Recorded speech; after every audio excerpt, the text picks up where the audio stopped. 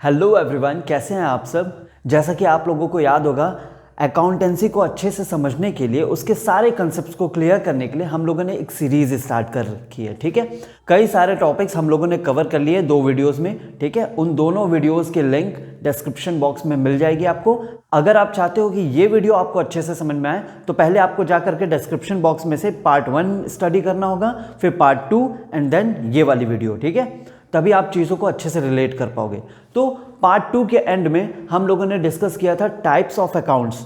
ठीक है, और वही टाइप्स ऑफ अकाउंट्स को थोड़ा सा आज हम लोग डिटेल में देखेंगे। यहाँ पर आप देख पा रहे हो कुछ चीज़ें हमने लिखी हुई हैं, इसको हम लोग डिटेल में थोड़ा देखेंगे। उसके बाद हम लोग क्या करेंगे, गोल्डन रूल्स के साइड हम लोग बढ़ेंगे। ठीक है, डबल एंट्री सिस्टम का जो गोल्डन रूल्स है।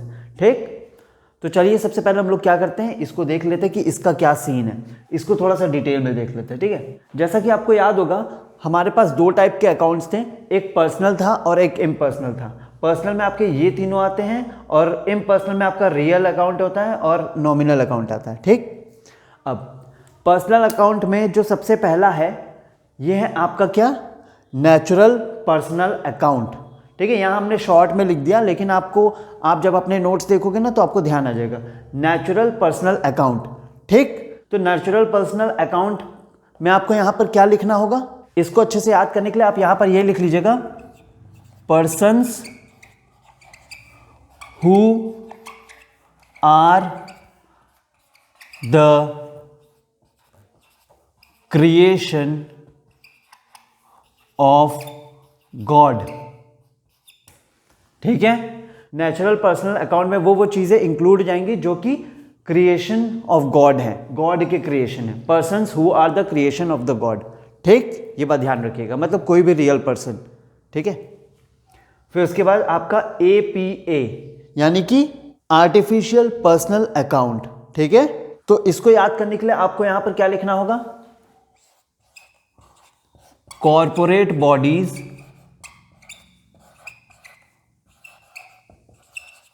और इंस्टीट्यूशंस।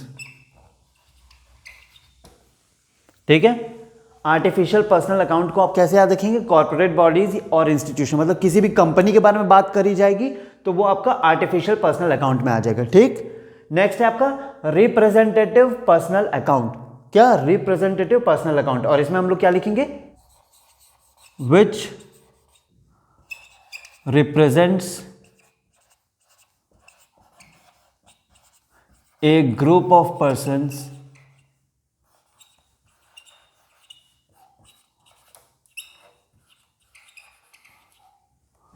or certain person।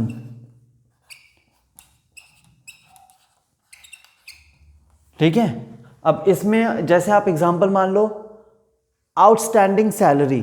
ठीक है, जब भी सैलरी आउटस्टैंडिंग होती है, जैसे हम लोग किसी फर्म की अगर आउटस्टैंडिंग सैलरी अगर हम लोग देखते हैं तो वहां पर कई सारे एम्प्लॉयज़ की जब सैलरी आउटस्टैंडिंग होगी, तो जब हम लोग जर्नल एंट्री पास करते हैं तो वहां जो आउटस्टैंडिंग सैलरी रहेगी वो कई सारे एम्प्लॉयज़ के सैलरी को रिप्रेजेंट करेगी। ठीक है, इस तरीके से यहां पर हम लोग लिख लेते हैं एग्जाम्पल, आउटस्टैंडिंग सैलरी। ठीक, नेक्स्ट है हमारा रियल अकाउंट। रियल अकाउंट में टेंजिबल रियल अकाउंट। ठीक है, टेंजिबल जैसे हमारा हो जाएगा लैंड, बिल्डिंग, फर्नीचर एटसेट्रा। ठीक है, जिन भी चीज़ों को हम लोग टच कर सकते हैं, देख सकते हैं, वो आपका टेंजिबल नेचर के हो जाएंगे। नेक्स्ट है क्या आपका, टेंजिबल का just opposite, intangible real account. इसमें क्या क्या आएगा, जैसे आपका गुडविल हो गया, पेटेंट हो गया, तो इन सब से रिलेटेड जो भी चीज़ें होंगी, ठीक है, वो आपका इनटेंजिबल रियल अकाउंट में इंक्लूड जाएगी। ठीक, अब पर्सनल अकाउंट हो गया, रियल अकाउंट हो गया, अब हमारा लास्ट है क्या, नॉमिनल अकाउंट। इसके लिए आप लोग लिख लीजिए, these are opened in the books to explain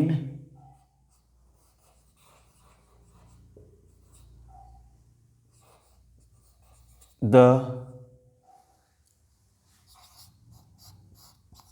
expenses and incomes। ठीक है, अब इसका एग्जाम्पल देख लेते हैं।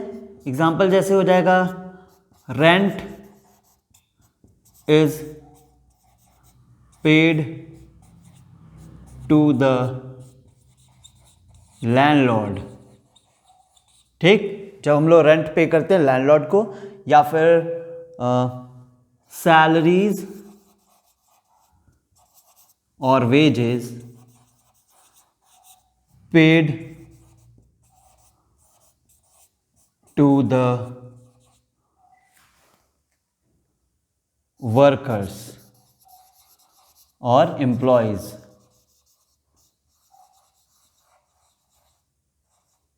ठीक है, तो ये हो गया आपका क्या, पर्सनल अकाउंट में क्या, नेचुरल पर्सनल अकाउंट, उसका ये सीन है। Artificial personal account, representative personal account, real account में टेंजिबल रियल अकाउंट, फिर उसके बाद इनटेंजिबल रियल अकाउंट। ठीक है, फिर नॉमिनल अकाउंट। ठीक है, इसमें क्या करते हैं, ये ओपन किया जाता है सिर्फ इसलिए क्या, एक्सपेंसेस और इनकम्स को एक्सप्लेन करने के लिए ही इसका यूज़ किया जाता है। ठीक है, जब भी हम किसी को पे करते हैं या रिसीव करते हैं। ठीक, तो जल्दी से आप इसको नोट कर लीजिए, फिर उसके बाद हम लोग गोल्डन रूल्स की तरफ हम लोग आगे बढ़ते हैं। ठीक, जल्दी इसको नोट कर लीजिए। तो अब हम लोग देख लेते हैं कि जो गोल्डन रूल्स हम लोगों को याद करना है वो किस टर्म्स में और हम लोग को कैसे याद करना है। ठीक है, देखिए पर्सनल अकाउंट में क्या क्या चीज़ें आती है वो हम आपको इंक्लूड कर दिए, मतलब आपको लास्ट वाले स्लाइड में हम आपको समझा दिए। ठीक है, तो अगर उन तीनों चीज़ों में से कोई भी उससे रिलेटेड ट्रांजैक्शंस होते हैं तो उसमें क्या सीन रहेगा, debit the receiver, credit the giver. अभी सिर्फ आपको ये नोट करके अपने माइंड में स्टोर करना है। ठीक है, इसको समझेंगे हम लोग नेक्स्ट स्लाइड में। ठीक है, एग्जांपल्स के साथ। इसमें होता है debit what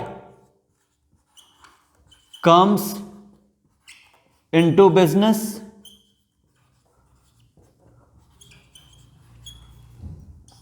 credit what goes out of business। ठीक है, आपको ध्यान रखना पड़ेगा, what comes into business, what goes out of business। ठीक है, जो बिजनेस में आएगा और अगर वो रियल अकाउंट का नेचर का है, ठीक है, मतलब टेंजिबल या इनटेंजिबल है, तो वो आप उसको क्या करोगे, आप उसको डेबिट कर दोगे।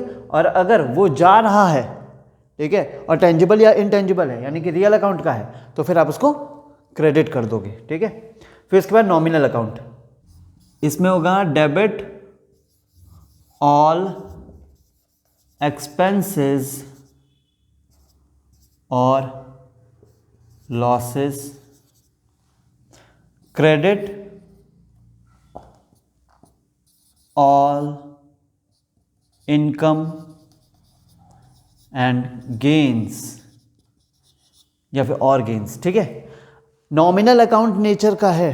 ठीक है, तो फिर आप क्या करोगे, जितने भी एक्सपेंसेस या लॉसेस हो रहा है उसको आप डेबिट करोगे, और जितने भी आपके इनकम या गेन्स हो रहा है उसको क्रेडिट करोगे। ठीक है, तो आपको ये बहुत अच्छे से ध्यान रखना होगा कि पर्सनल अकाउंट में क्या होता है, डेबिट द रिसीवर, जो रिसीव जो भी चीज़ें हो रही है उसको आप डेबिट कर दोगे, जो भी चीज़ें आपके पास से जा रही है या फिर जा रही है बोल रहे हैं, जो गिवर है उसका नाम आप क्रेडिट कर दोगे। ठीक है, रियल अकाउंट में debit what comes into the business, business में जो चीज़ें आ रही है आप उसको डेबिट कर दोगे, बिजनेस से जो भी चीज़ें जा रही है आप उसको क्रेडिट कर दोगे। Nominal account, debit all expenses और लॉसेस, जितने भी एक्सपेंसेस और लॉसेस हैं आप उसको क्या कर दोगे, डेबिट कर दोगे, और जितने भी इनकम या गेन है आप उसको क्या कर दोगे, क्रेडिट कर दोगे। अब इसको याद कैसे करना है, उसके लिए हम लोग एक छोटा सा चार्ट बनाएंगे, पर उससे पहले जल्दी से ये नोट कर लो, उसके बाद फिर हम लोग चार्ट के साइड बढ़ते हैं। ठीक है, जल्दी नोट करो। तो देखो, ध्यान से देखना। ठीक है, यहां पर आपको एक चार्ट दिख रहा है, क्या लिखा हुआ है, अकाउंटिंग रूल्स मॉडर्न कंसेप्ट के अकॉर्डिंग। ठीक है, क्या रूल्स हो सकते हैं, देखो, असेट्स, लायबिलिटीज, इनकम, ये जो एक्सपेंसेस, इक्विटी एंड कैपिटल। ठीक है, ये सब चीज़ें जब इंक्रीज होगी या डिक्रीज होगी तब डेबिट करना है या क्रेडिट करना है, ये अपने को याद रखना है, ठीक है। तो यहाँ जो जो चीज़ें हम आपके यहाँ मेंशन करने जा रहे हैं, ठीक है, वो आप अपने नोट्स में भी मेंशन करते जाइएगा, ठीक है। जैसे जब भी एसेट्स आपके इंक्रीज होंगे तब आपको करना है डेबिट, ठीक, और जब आपके एसेट्स डिक्रीज होंगे तब आपको करना है क्या, क्रेडिट। अब ऐसे अगर आप पूरा का पूरा चार्ट प्रिपेयर कर लोगे तो ये बताओ जर्नल एंट्री या फिर कोई भी पोस्टिंग या फिर एंट्रीज पास करने में आपको प्रॉब्लम होगी। जैसे आपको लायबिलिटीज ध्यान आएगा वैसे आपको ध्यान आ जाएगा कि इंक्रीज करना है तो क्या करना होगा, डिक्रीज करना है तो क्या होगा, ठीक है। तो बस आपको ये फॉलो करते हुए जाना है और फिर उसके बाद आप अच्छे से याद कर लोगे, ठीक है, प्रॉब्लम नहीं होगी। लायबिलिटीज नॉर्मल सी बात है, वो असेट्स का जस्ट अपोजिट होगा, ठीक है। यानी कि जब लायबिलिटीज आपकी इंक्रीज होगी, ठीक है, तो वो क्रेडिट होगी, ठीक, और जब लायबिलिटीज आपकी डिक्रीज होगी तो आप उसको डेबिट कर दोगे, ठीक है। ये मेनली जर्नल एंट्रीज के लिए है, ध्यान रखिएगा। इनकम और रेवेन्यूज, ठीक है, इसमें भी वही आपका सीन रहेगा। आपका अगर इनकम और या फिर रेवेन्यू इंक्रीज हो रहा है तो आप उसको क्या करोगे, क्रेडिट करोगे, ठीक, और अगर आपका इनकम या रेवेन्यू डिक्रीज हो रहा है तो आप उसको क्या करोगे, डेबिट। परेशान बिल्कुल नहीं होना है, अभी हम लोग एग्जाम्पल्स के साथ भी इसको समझेंगे तब आपको बहुत अच्छे से और समझ में आ जाएगा। ये बस याद करने का तरीका हम आपको समझा रहे हैं, ठीक है। ये चार्ट आपको अच्छे से मेमोराइज कर लेना है, ठीक है, घोल के पी जाना है, ठीक है।